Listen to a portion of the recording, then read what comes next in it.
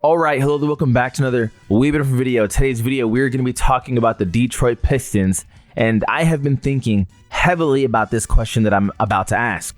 Realistically, how far can the Detroit Pistons go, and are they a championship caliber team? Will they get to the finals and win it? Of course, I'm leaning towards no, and let me get to my reasoning why. If you're a Pistons fan, this roster is good. They are the real deal. But there is a real drawback that is massive. And it can be fixed. This can be addressed. This team, in the future especially, can still be championship contender for years and years to come because their core is what's really important here. But speaking strictly for this year, the 2025-2026 NBA season, strictly for this year, let me get into why I don't think that they're going to win it all this year. First of all, they do run the East, right? 21-5, really good team, definitely top dogs. I mean, the Knicks are close. They're nearby, right? Only 2.5 games behind. But the Pistons have just been so consistent, whether it's at home or away. You look at a team like the Knicks, they're 13-1 at home, 4-6 away. That's not the case for the Pistons. They're just really good no matter where they play.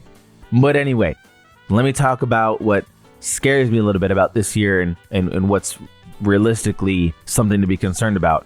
Getting into the team stats, right? Let's say you don't watch a whole lot of Detroit Pistons. Getting into the team stats, they're a good points per game team. They play a little bit faster than your average team at 12. Field goal percentage, 7th in the league. 3-point field goals made, tied for second lowest. No, third. They're third worst in the league in terms of 3-point field goals made. Percentage a little bit worse than average. Free throw percentage, and this is a huge conversation to have as well, but free throw percentage, they're tied for second worst, which is just really bad. Rebounds, they rebound really well, third best. Fourth most offensive rebounds. Assists tied for 14th. Steals tied for 4th. Turnovers, we'll get into this one a little bit too, tied for 21st, so that's not good either. But all in all, offensive rating is 9th. Defensive rating is 2nd. Very good defensive team. JB Biggerstaff has them playing really, really tough.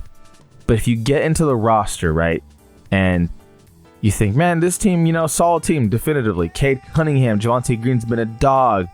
Dennis Jenkins had some moments thus far this season. Jaden Ivey just getting back.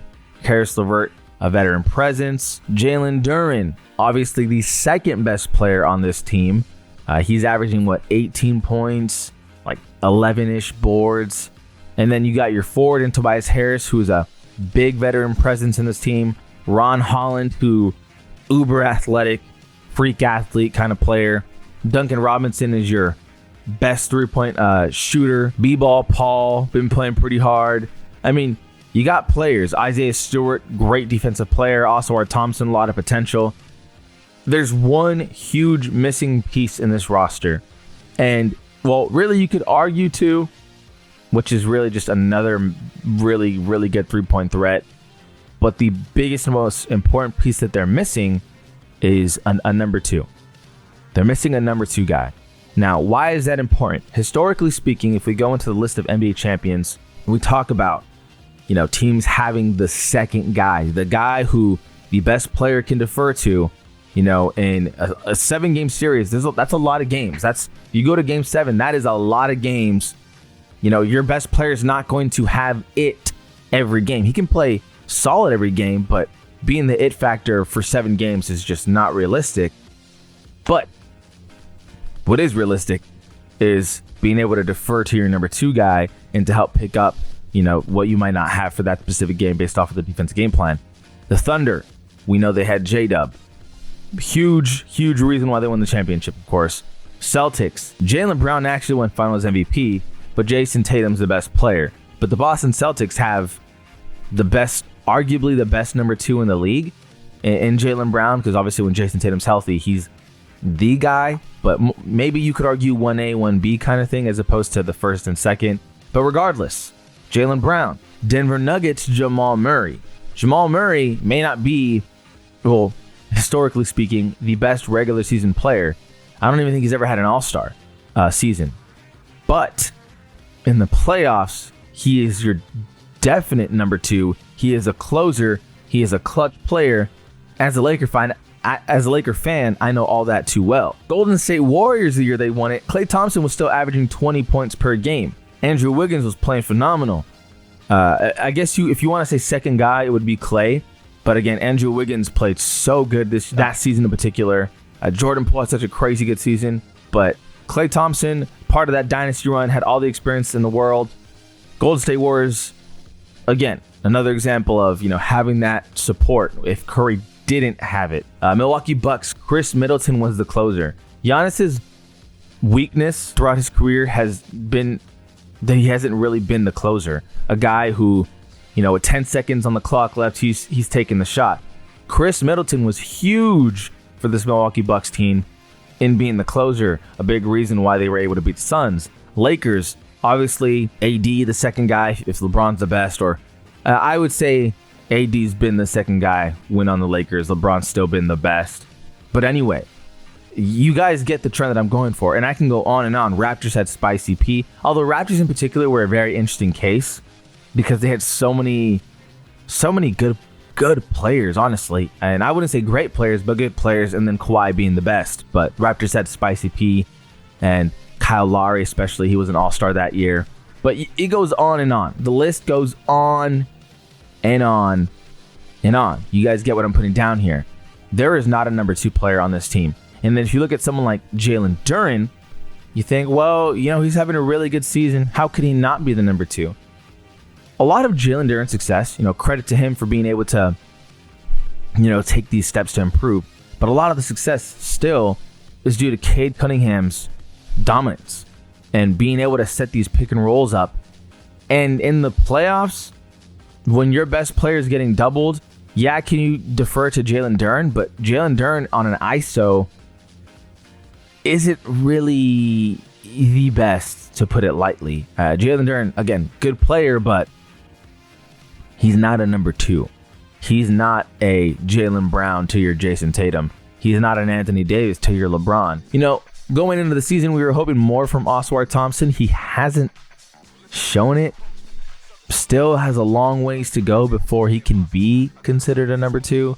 And so a lot of it falls on Cade's shoulders, right? If you go on a playoff run, too much falls on Cade's shoulders because you double Cade. And again, the Knicks beat the Pistons, right? They beat them in the first round last year. Too much falls on Cade's shoulders. Historically speaking, teams do not win anything without getting a taste of some success in the playoffs. The Pistons have had none. They've had 0 success in the playoffs. They have not won a single round as a unit. I mean, we'll go to last season, right? 44-38.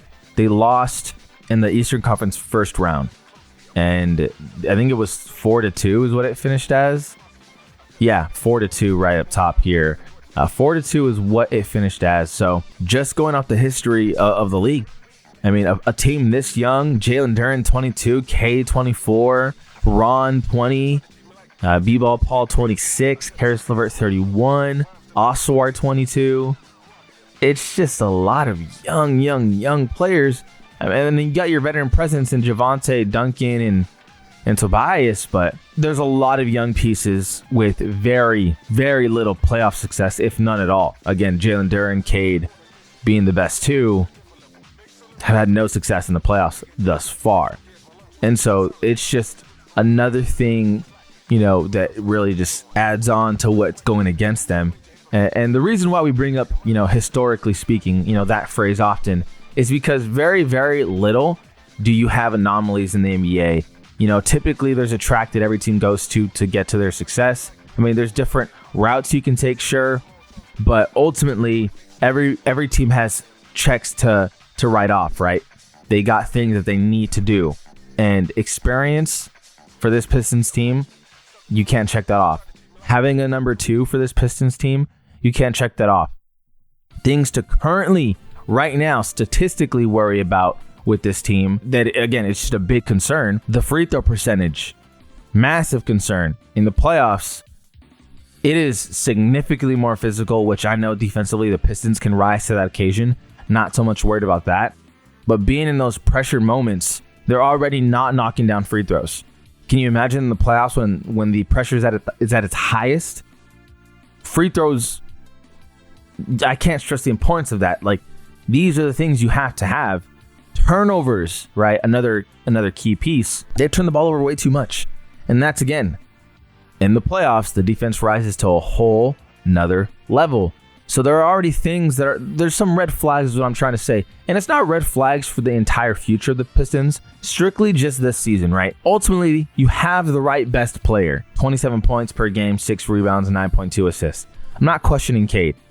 The reality is he needs more reps in the playoffs.